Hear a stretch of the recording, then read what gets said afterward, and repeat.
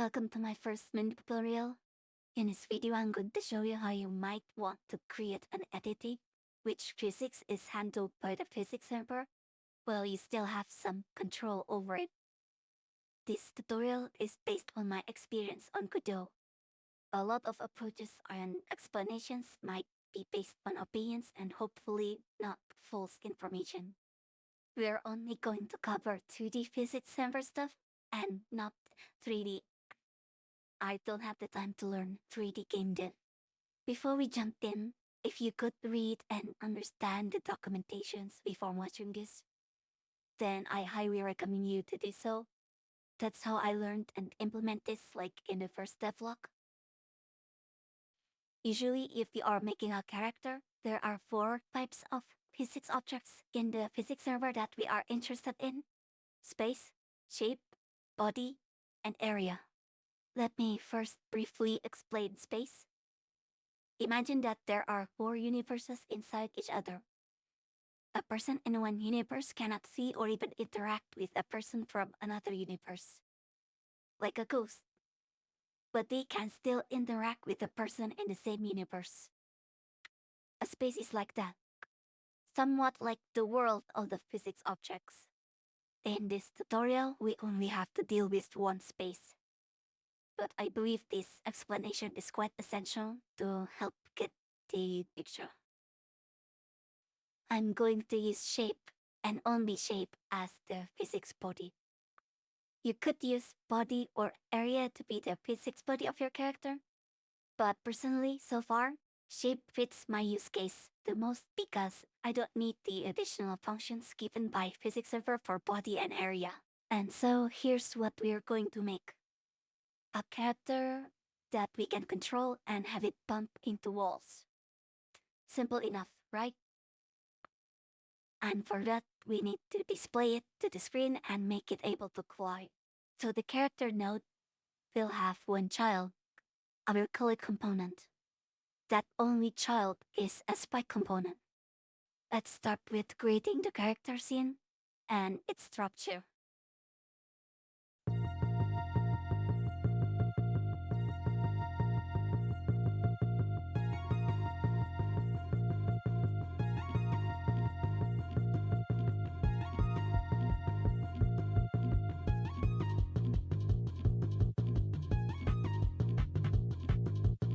Here is the entity,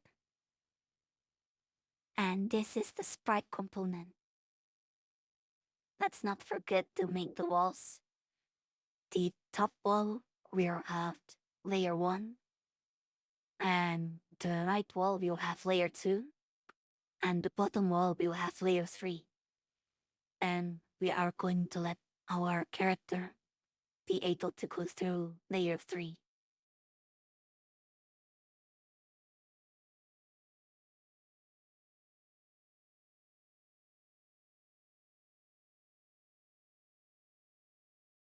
Now let's put the movement function.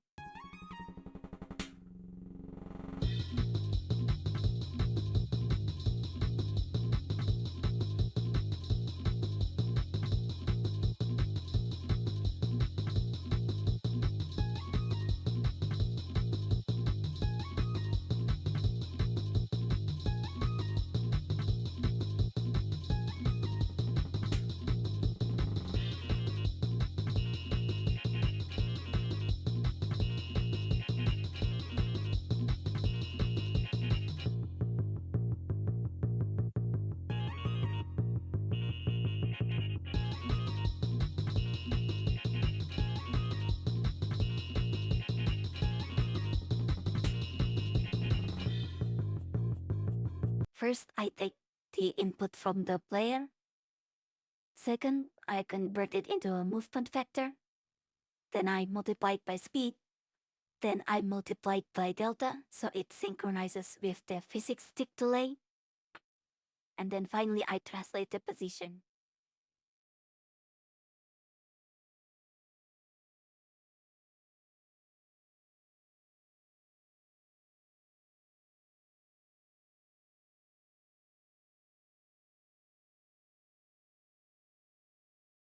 It still moves through walls. That's because we haven't dealt with the collision yet.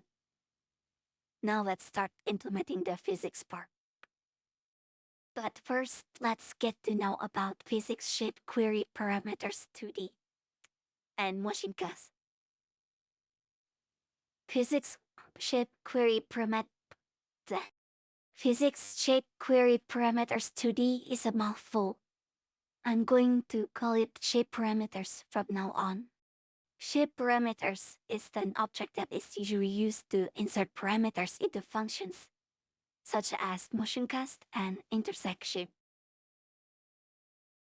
The properties that we are interested in are collision mask, to determine what our character can bump into, motion, to tell the function where our character will go. Now let me repeat that. To tell the function where our character will go. Motion cast will not move our character. I will explain it a bit more later. Shape RID, the RID of our shape in the physics server, and transform, the position and rotation of our character. Pause the video and read the documentations if you wish. I'll wait. Now, let's see what motion cast is. Let's break it down. It checks how far a shape can go before colliding. Using the shape parameter as input, it returns an array of float. The first element is the fraction of the movement vector that we can take before colliding. And the second element is the fraction of the movement vector that we can take to collide. This function will not move our character.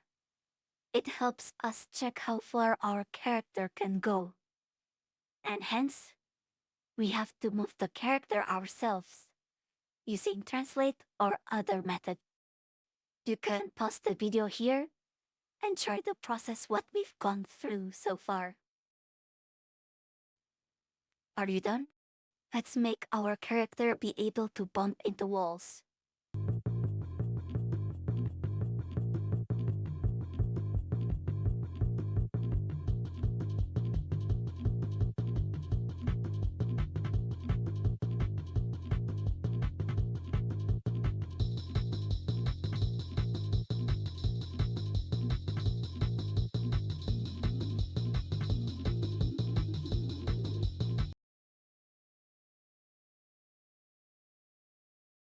The shape vector is the shape of our collision box.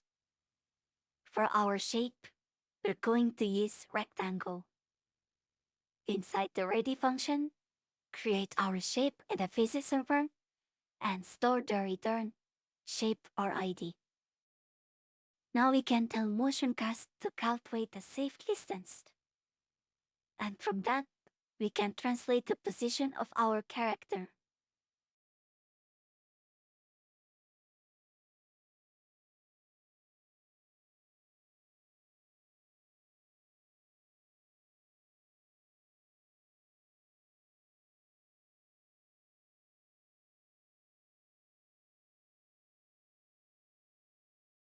That's it. Congratulations! You have used Physics Server 2D to bang your head into the wall.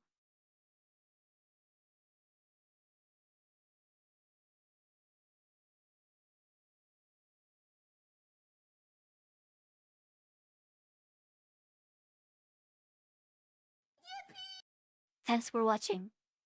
Please look forward to my next video. Have a nice day and goodbye.